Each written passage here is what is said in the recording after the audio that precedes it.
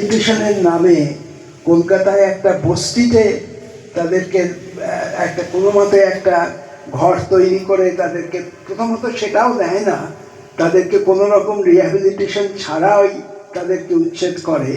কিন্তু যদি ধরুন তর্কের খাতিরে ধরেও নেই যে তাদের জন্য একটা রিহ্যাবিলিটেশনের ব্যবস্থা করছে, সেই রিহ্যাবিলিটেশন কখনোই তারা যেটা তাদের যে লসটা হলো সেই লসটার ক্ষতিপূরণ তারা কখনোই পেতে পারে না।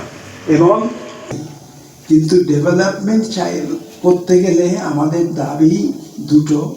একটা হচ্ছে গিয়ে সেই ডেভেলপমেন্টটা এমনভাবে করতে হবে যাতে পরিবেশকে রক্ষা করার জন্য যা করা প্রয়োজন সমস্তটাই করতে হবে। অর্থাৎ মাইন ডাম্প যদি করি, সেই মাইন ডাম্পের ওপরে অ্যাফরেস্টেশন, সয়েল তৈরি করে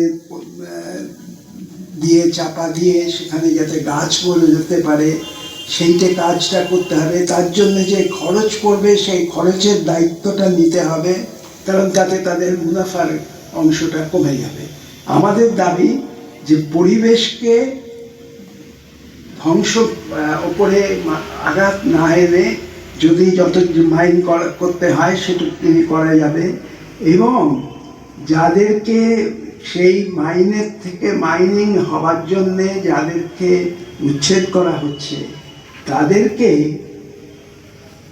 কম্পেয়ারেবল, তাদেরকে যে কোনো রকম রিহ্যাবিলিটেশন নয়, তারা যে জীবনযাত্রায় অভ্যস্ত সেই জীবনযাত্রাটা তারা চালিয়ে যেতে পারে এই রকমভাবে তাদের রিহ্যাবিলিটেশনের ব্যবস্থা করতে হবে।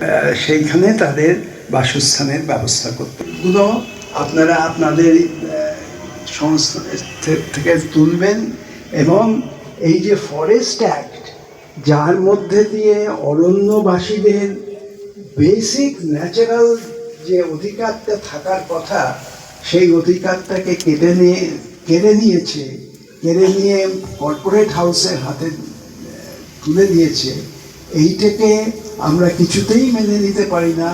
এর জন্যে আপনারা দীর্ঘস্থায়ী সংগ্রামী আন্দোলন গড়ে তুলবেন।